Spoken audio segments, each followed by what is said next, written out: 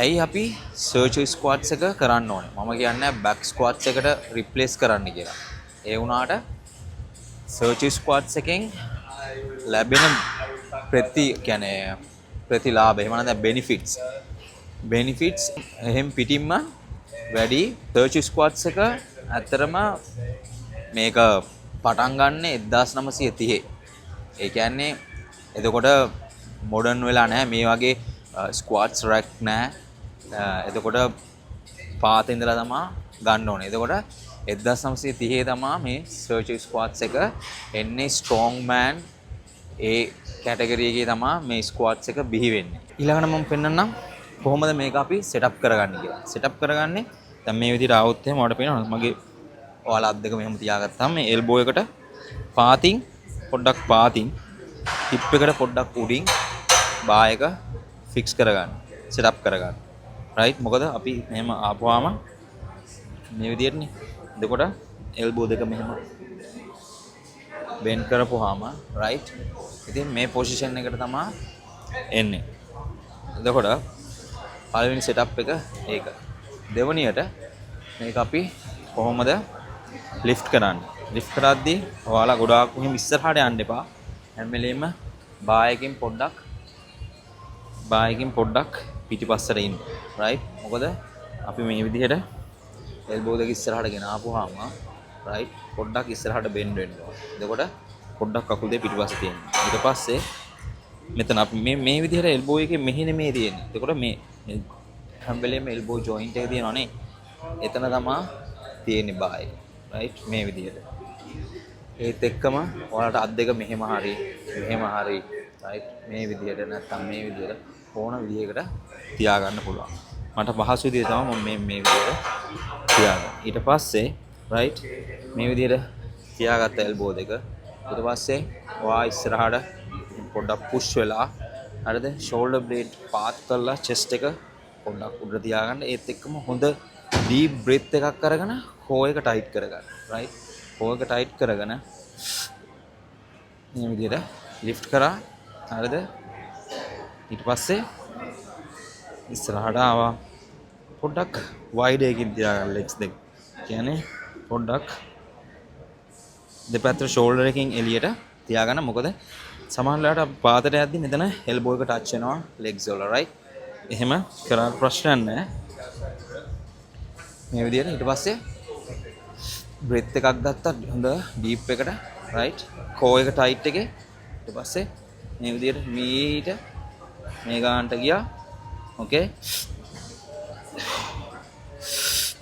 Breath එකක් ගත්තා. ආයි කෝ එක ටයිට් අප්. සර්චර් ස්ක්වාට්ස් එකේ පළවෙනි මේන්ලිම බෙනිෆිට් එක තමයි ප්‍රධානම කරුණ කෝර් ස්ට්‍රෙන්ත් එක. අයිසෝමෙට්‍රික් කොන්ට්‍රැක්ෂන් එක. ඒ කියන්නේ ඔයාට කෝර් ස්ට්‍රෙන්ත් එක හදා ගන්න ඕන නම් කෝ එන්ගේජ්මන්ට් එක වැඩි කර ගන්න ඕන නම් බැක් ස්ක්වාට්ස් එකට වැඩිය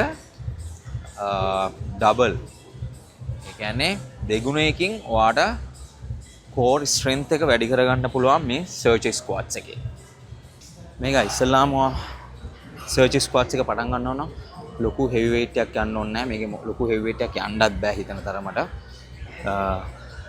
ඔයා ඉස්සල්ලාම ලයිට් වේට් එකකින් පටන් ගන්න.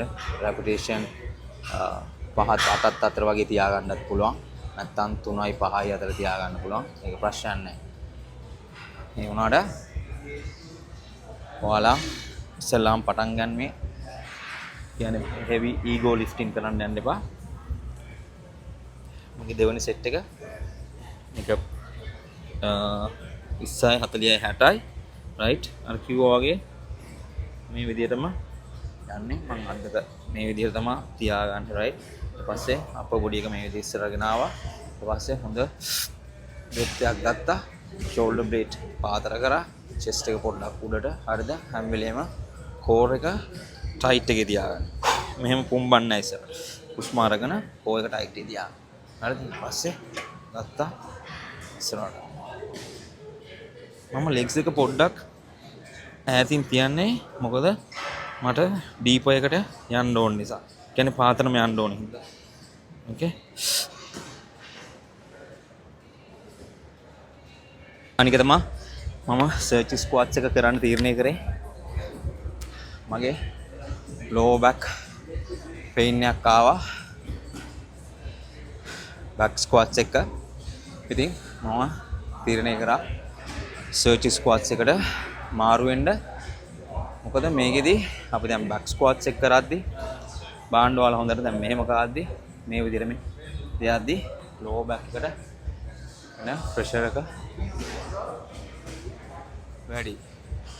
ඉතින් සර්ච් ස්ක්වාට්ස් එකේදී මෙහෙම අල්ලගත්තාම අපි මෙහෙම ඉස්සරහට ගොඩක් බෙන්ඩ් වෙන්නේ නැහැ. මොකද අපි කෝර් එක ටයිට් එකේ තියා ගන්නවා. රයිට්. එතකොට එල්බෝ දෙකේ තමයි weight එක තියෙන්නේ. ඒක නිසා අපි ගොඩක් කෙලී යන්නේ. රයිට්. මේ විදිහට. එතකොට කෝර් එක හොඳට එන්ගේජ් වෙනවා. හැම වෙලෙම කිව්ව එකයි. කෝර් එන්ගේජ්මන්ට් එක බැක් ස්ක්වාට්ස් එකට වැඩිය ඩබල් හම්බෙන. සර්ච් ස්ක්වාට්ස් එක දෙවනි කාරණේ තමයි ප්‍රධානම හේතුව. ක්වාඩ් එකට බැක් ස්ක්වාට්ස් එකටත් වැඩිය ක්වාඩ්ස් එකට ඔයාලට එන්ගේජ් කරගන්න පුළුවන් සර්ච් ස්ක්වාට්ස් එකෙන්. දෙවෙනි කාරණේ. තුන්වෙනි කාරණේ තමයි ඔයාලගේ බැක් මසල් එක ස්ට්‍රෝං කරගන්න ඕන නම් මොකද අපි මෙහෙම හෝල්ඩ් කරගත්තාම රයිට් කෝර් එකයි ඒ වගේම බැක් මසල් එකයි ට්‍රැප්ස් එකයි එතකොට රියල් ඩෙල්ට් එකෙනුයි බැක් කියන්නේ අපි බැක් ස්ක්වාට්ස් එකට වැඩිය මේකෙන් ඩබල් ඔයාලා වර්ක් කරනවා මේ විදිහට හෝල්ඩ් කරගත්තාම රියල් ඩෙල්ට් එකයි බැක් මසල් එකයි ට්‍රැප්ස් එකයි ඒ වගේම කෝර් එකයි. ඉතින් මේ ප්‍රධාන කරුණු තුන ඔයාලට මේ ප්‍රධාන බෙනිෆිට්ස් තුනම ගන්න පුළුවන් සර්ච් ස්ක්වාට්ස් එකෙන්. මම ආයෙත් කියන්නේ බැක් ස්ක්වාට්ස් එකට රිප්ලේස් කරන්න ඕනේ නැහැ. හැබැයි ඔයාලා සතියකට එක දවසක් දෙකක් එක දවසක් තියාගන්න සර්ච් ස්ක්වාට්ස් එක කරනවා නම් ඔයාලට හොඳ කෝර් ස්ට්‍රෙන්ත් එකක් වැඩි කරගන්න පුළුවන්. ඔයාගේ රෙස්ට් ටයිම් එක ගන්න විනාඩි 2ක් විනාඩි 3ක් අතරේ ඒක ඔයාගේ ප්‍රෝග්‍රෑම් එකේ තියාගන්න අනිවාර්යෙන් රෙස්ටින් ටයිම් එක විනාඩි 2ක් 3ක් අතරේ. මොකද හදිස්සි වෙන්න එපා. රෙස්ට් එක අරගෙන තමයි යන්න ඕනේ කම්පවුන්ඩ් එක්සර්සයිස් වලදී ස්පෙෂලි. මගේ තුන්වෙනි සෙට් එක මේකෙත් මම රෙපිටේෂන් 5ක් වගේ තමයි try කරන්නේ.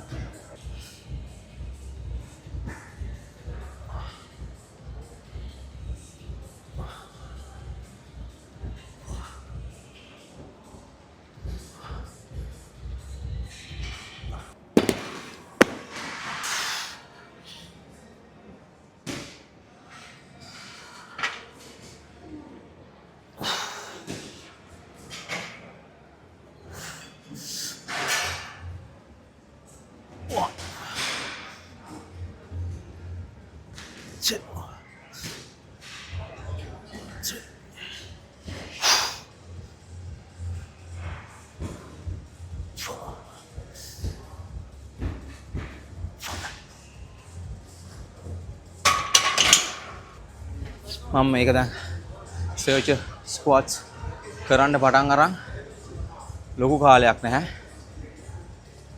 මාස 8ක්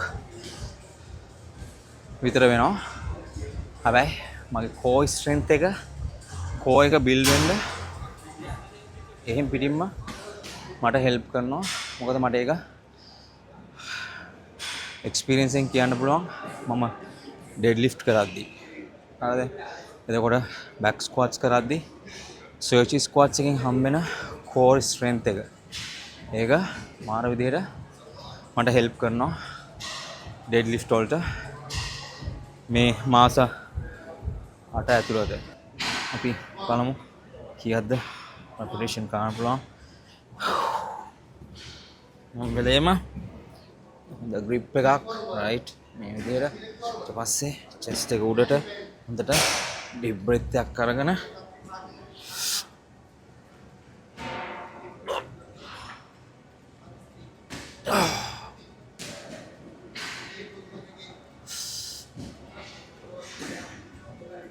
$120 මේකයි.